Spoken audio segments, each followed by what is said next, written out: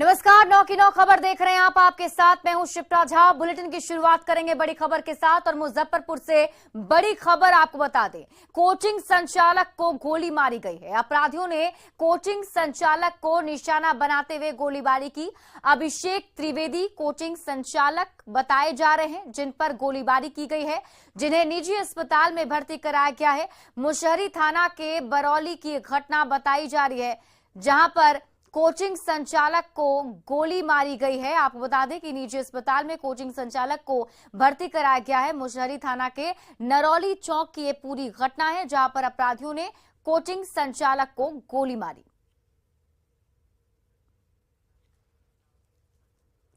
वैशाली के महनार स्वास्थ्य केंद्र में लगी आग का वीडियो अब सामने आया है। हम आपको वो वीडियो दिखा रहे हैं और देखिए, आग लगने से गैस सिलेंडर में पहले ब्लास्ट हो गया और धीरे धीरे आग फैलती चली गई। ये तस्वीर आपके टीवी स्क्रीन पर हम आपको दिखा रहे हैं। दमकल की 7 गाड़ी मौके पर पहुंची और तब जाकर रात भर की कड़ी मशक्कत के बाद आग पर काबू पाया जा सका, लेकिन आग में लाखों की संपत्ति जलकर खाक हो गई। वहीं मरीजों को दूसरी बिल्डिंग में शिफ्ट किया गया और ये तस्वीर आप देख रहे हैं उस वक्त की जब स्वास्थ्य केंद्र में आग लगी थी। बताया जा रहा है कि स्वास्थ्य केंद्र के पास कचरे का ढेर था। पहले आग वहां पर लगी, जिसके बाद धीरे धीरे आग फैलती चली गई और सिलेंडर में जब विस्फोट हुआ तो आग ने भयानक रूप अख्तियार कर लिया और आग की लपटों ने पूरे स्वास्थ्य केंद्र को अपनी चपेट में ले लिया। गनीमत रही कि समय रहते सभी मरीजों को दूसरी बिल्डिंग में शिफ्ट कर दिया गया, जिसमें कोई हताहत नहीं हुई है। लेकिन ये तस्वीर आप देखिए।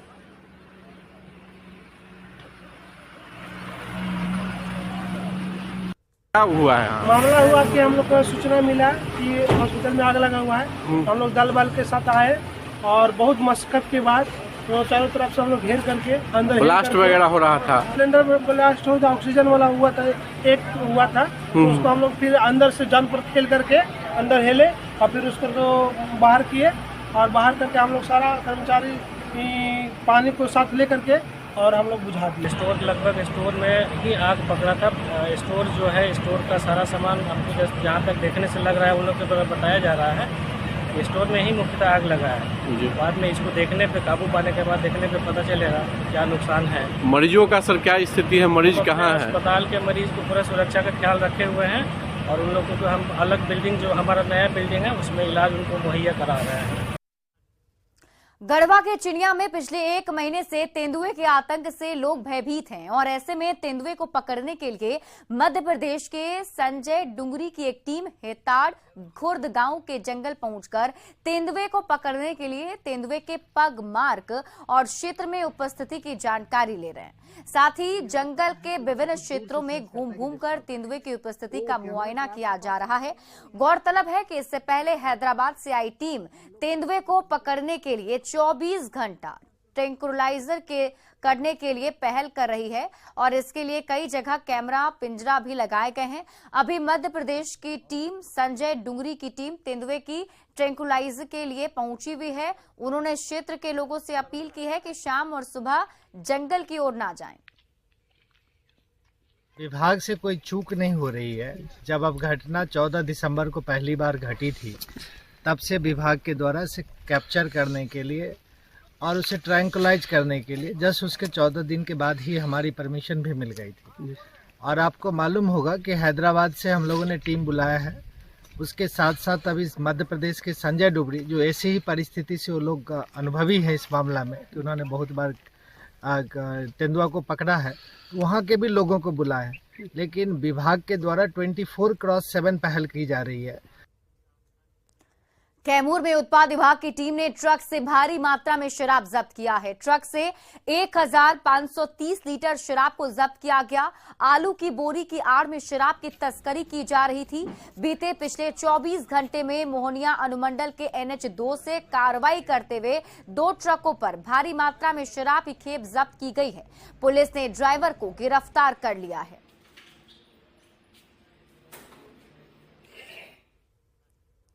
सीतामढ़ी में एक वीडियो वायरल हो रहा है जिसमें एक लड़की हाथ में कट्टा लिए दिखाई दे रही है। युवती के साथ उसका प्रेमी भी है जिसके साथ वो स्टाइल में कट्टा लिए पोज दे रही है, साथ ही सिगरेट पीती हुई दिखाई दे रही है।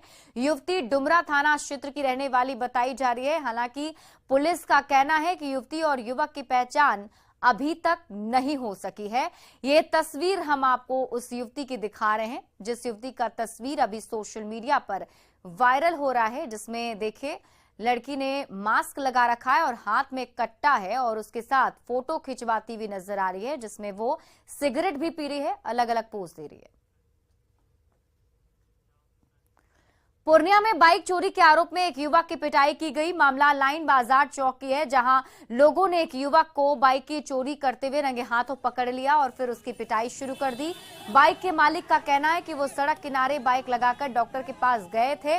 इसी दौरान एक युवक ने मास्टर की से उसकी बाइक खोल ली, लेकिन लोगों ने उसे देख लिया और फिर पकड़कर उसकी पिटाई कर दी। बाद में पुलिस मौके पर पहुंची और युवक को भीड़ से बचाकर थाने ले गई।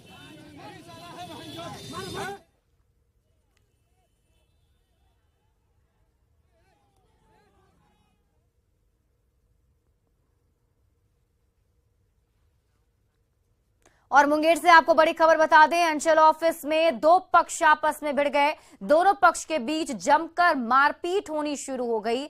जमीन की मापी को लेकर मारपीट की गई है। थाने में दोनों पक्ष की तरफ से मामला दर्ज किया गया है। तारापुर थाना के पड़भारा गांव के दो पक्ष आपस में भिड़ गए। हालांकि न्यूज 18 इस वीडियो की पुष्टि नहीं करता है, लेकिन जमीन की मापी को लेकर दोनों पक्षों के बीच मारपीट हुई और मारपीट के बाद जो वीडियो सामने आया वो वायरल हो गया। हालांकि न्यूज 18 इस वीडियो की पुष्टि नहीं करता है। आपको बता दें कि अंचल ऑफिस में दो पक्ष पहुंचे थे। जमीन की मापी को लेकर विवाद चल रहा था, जिसके बाद दोनों पक्ष के बीच जमकर मारपीट शुरू हो गई।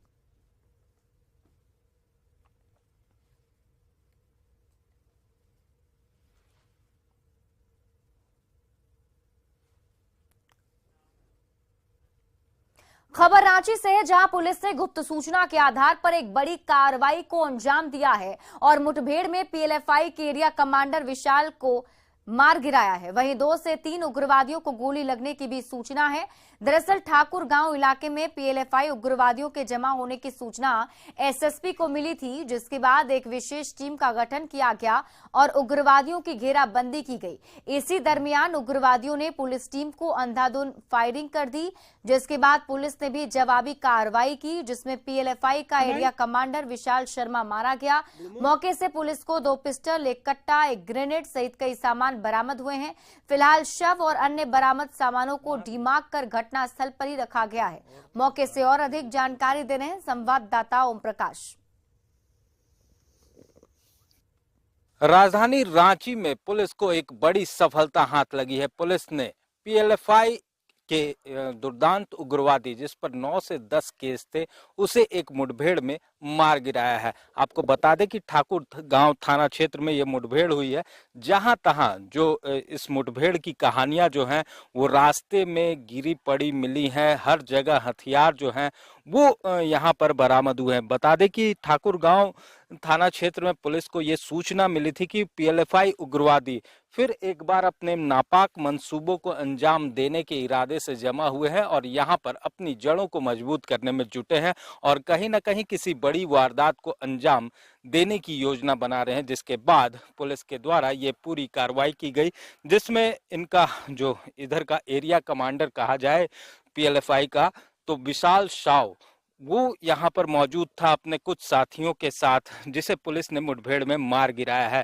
इसके पास से कहा जाए तो एक देसी जो पिस्टल है वो बरामद इसके पास हुई है। वहीं पॉकेट में एक ग्रेनेड भी मौजूद है। वहीं दूसरी तरफ अगर बात करें तो एक पिस्टल और यहाँ पर बरामद हुई है। वहीं एक देसी कट्टा भी पुलिस को यहाँ बरामद हुआ है। फिलहाल पूरे मामले की जांच की जा रही है और कई सामान जो यहाँ पर मौजूद हैं ये बताते हैं कि यहाँ पर कई उग्रवादी जो हैं वो जमा थे और कहीं ना कहीं किसी बड़ी वारदात को अंजाम देने के फिराक में थे। फिलहाल पूरे इलाके में को कॉर्डन ऑफ किया गया है और यहाँ पर सर्च ऑपरेशन भी चलाया जा रहा है ताकि जो अपराधी हैं, जो यहाँ से उग्रवादी थे, वो यहाँ से फरार हो रहे थे, उनकी गिरफ्तारी हो सके।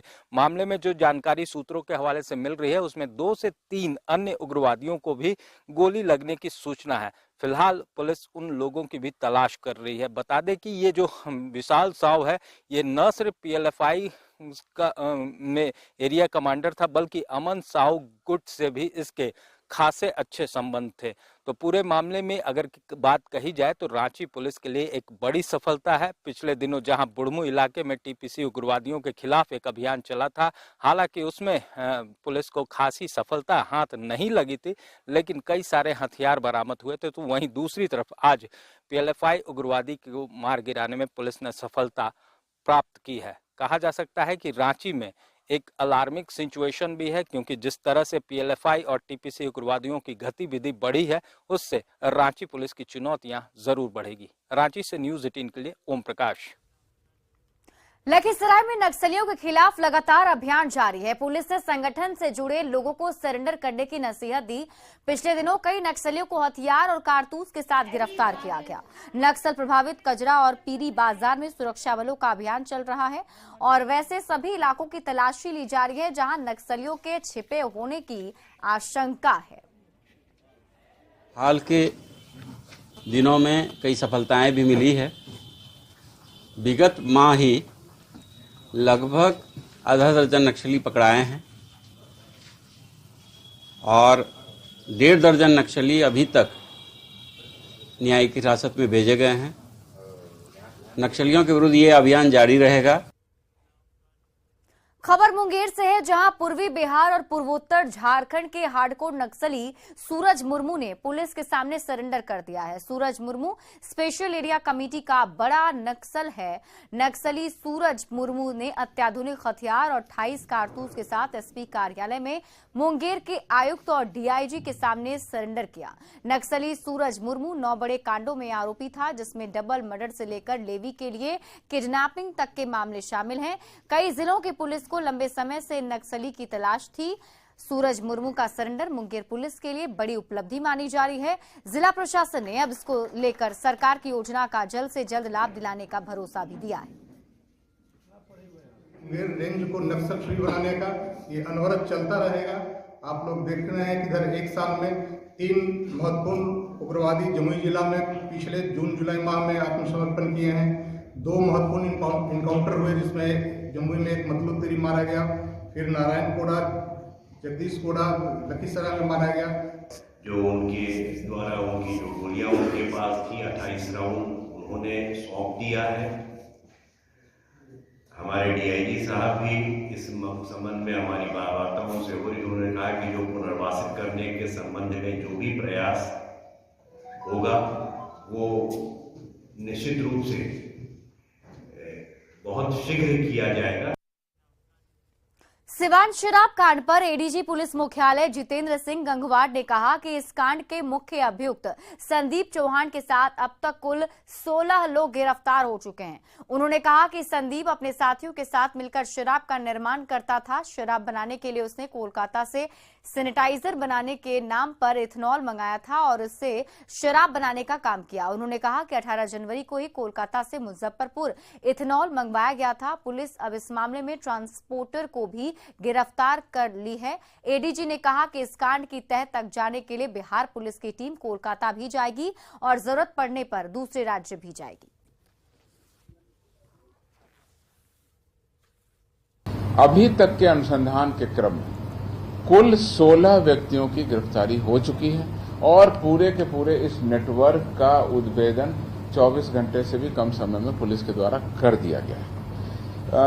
जो बात अब तक प्रकाश में आई है, अनुसंधान के क्रम में 16 व्यक्तियों की गिरफ्तारी है, उनसे और भी गहन पूछताछ की जा रही है। उसके आधार पर और भी छापामारी की जाएगी और जो डेवलपमेंट होगा हम लगातार आपको अपने सोशल मीडिया हैंडल से आपको बताते रहेंगे।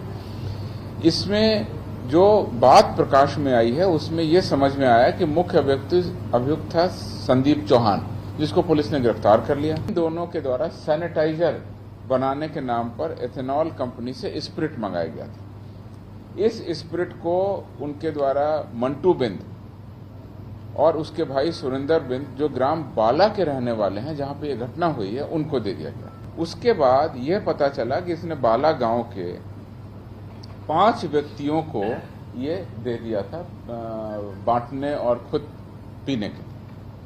उसमें से 2 व्यक्ति धीरेन्द्र माझी और नेता बिंदु उसी पेय पदार्थ को पीने से मर गए, उनकी मृत्यु हो गई। तो इस तरह से पुलिस के द्वारा कैसे छानबीन के क्रम में आगे बढ़ते हुए कार्रवाई की। सिवान जहरीली शराब कांड पर मंत्री संतोष कुमार सुमन ने बेतुका बयान दिया है। उन्होंने कहा कि ऐसी छोटी मोटी घटनाएं होती रहती हैं। आपको बता दें कि सिवान में जहरीली शराब से 6 लोगों की मौत हो चुकी है और ऐसी बड़ी घटना को मंत्री जी छोटी मोटी घटना बता रहे हैं।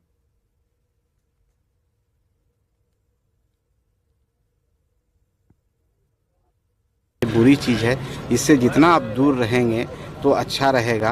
अपने बच्चों को पढ़ाइए, जो आप पैसा उस पर खर्च कर देते हैं अपने बच्चों का भविष्य बनाइए, क्योंकि आपके बच्चे पढ़ेंगे तो आपका विकास होगा और आपके विकास के साथ राष्ट्र का विकास होगा। महात्मा गांधी जी का यही सपना था और हम लोग की सरकार की पूरी कोशिश है कि ज़्यादा से ज़्यादा लोगों के बीच में हम जागरूकता फैलाएं। हमारे आदरणीय मुख्यमंत्री जी समाधान यात्रा में भी इस तरह की बात कर रहे हैं।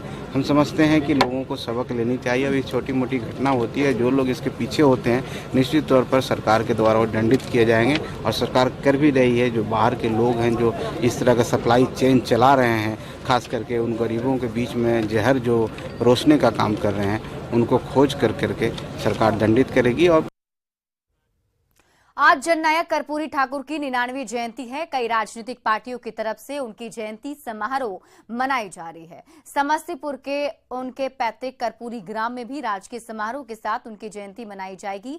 जयंती के मौके पर उनके बेटे और राज्यसभा सांसद रामनाथ ठाकुर एक बार फिर कर्पूरी ठाकुर को भारत रत्न देने की मांग कर रहे हैं। रामनाथ ठाकुर से बातचीत की न्यूज 18 संवाददाता मुकेश कुमार।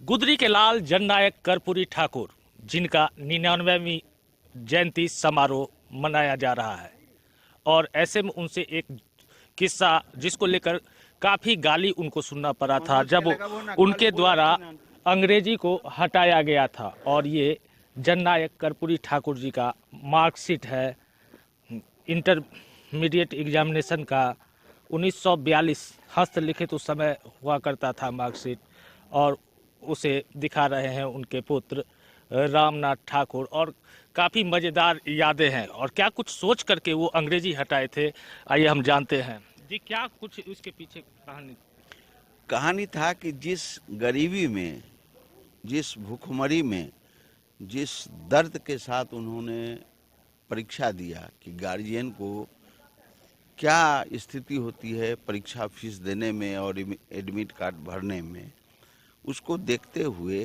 सब विषय में पास और अंग्रेजी में फेल, तो उनको ये लगा कि अंग्रेजी में फेल भी होगा तो मैट्रिक पास करेगा। सिर्फ मैट्रिक में उन्होंने तो ये नहीं कहा कि अंग्रेजी छोड़ दो, अंग्रेजी में जो पास है सो पास है, जो फेल है वो भी पास है। लेकिन काफ़ी आलोचना, हाँ, लेकिन काफ़ी आलोचना हुई। लेकिन विद्यार्थियों के अभिभावकों का दर्द, उनकी समस्या, उनकी गरीब को ध्यान में रखते हुए जननायक कर्पूरी ठाकुर जी ने ये स्टेप उठाया। और बहुत लोग कहते थे कि उनको अंग्रेजी नहीं आती है, इसलिए उन्होंने किया। लेकिन ये तो प्रमाण है 42 का कि वो अंग्रेजी में उनको कितना नंबर आया, क्या वो 0 आया?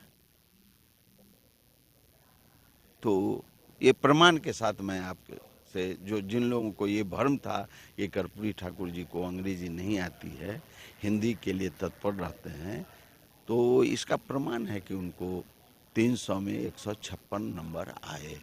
और सवाल है, जननायक के नाम पर राजनीति सभी दल करते हैं और काफ़ी लंबे समय से भारत रत्न देने की मांग हो रही है, लेकिन क्या लगता है आपको? भारत रत्न जो देश के नेता हैं, उनसे हम लोग 12 MPs मिले थे और नीतीश कुमार जी ने भी कहा था प्रधानमंत्री जी को, उन्होंने नहीं दिया, अभी तक नहीं दिया। हमारी फिर मांग है कि वो जननायक कर्पूरी ठाकुर जी को भारत रत्न दें। तो जननायक कर्पूरी ठाकुर को भारत रत्न मिलना चाहिए और इसको लेकर के पूर्व में भी 12 सांसदों का शिष्टमंडल प्रधानमंत्री से मिला था। तो कुल मिलाकर के जो अंग्रेजी के प्रति लोगों के द्वारा आलोचना कर्पूरी ठाकुर जी की गई थी और आज भी कई लोग मिल जाते हैं जो उनकी आलोचना इस विषय को लेकर करते हैं, तो उन आलोचकों को उनके पुत्र के द्वारा जवाब भी दिया गया है और भारत रत्न देने की भी मांग की गई है। Mukesh Kumar, news 18 network, Samastipur. गणतंत्र दिवस नजदीक है, ऐसे में राष्ट्रीय झंडा तिरंगा से बाजार पटने लगा है। तो गोपालगंज खादी ग्राम उद्योग में दिन रात तिरंगे का निर्माण किया जा रहा है। इस बार तिरंगे की काफी मांग है। पड़ोसी राज्य यूपी, बंगाल, झारखंड और ओडिशा तक से तिरंगे के ऑर्डर आ रहे हैं। गोपालगंज खादी ग्राम उद्योग संघ के द्वारा पिछले 50 साल से तिरंगे का निर्माण किया जा रहा है। यहाँ हाथ से कटाई की गई धागे से बने कपड़े से तिरंगा तैयार किया जाता है। ये हम 8 साल से काम कर रहे हैं, हमको बहुत अच्छा मन लगता है, बहुत अच्छा से लगता है, समझ गए। काम करने में बहुत मूड जमता है, हम लोग रात भर काम करते हैं। इस बार ज़्यादा डिमांड हो गई? इस बार ज़्यादा डिमांड हो गया है, इसीलिए हम लोग रात भर काम कर रहे हैं। 10 बजे 12 बज जाता है, सुबह में 6 बजे से उठ के मशीन पर बैठ जाते हैं। हमारे यहाँ का बना हुआ तिरंगा जो है यूपी, बिहार, बंगाल, असम, उड़ीसा सब जगह सप्लाई होता है।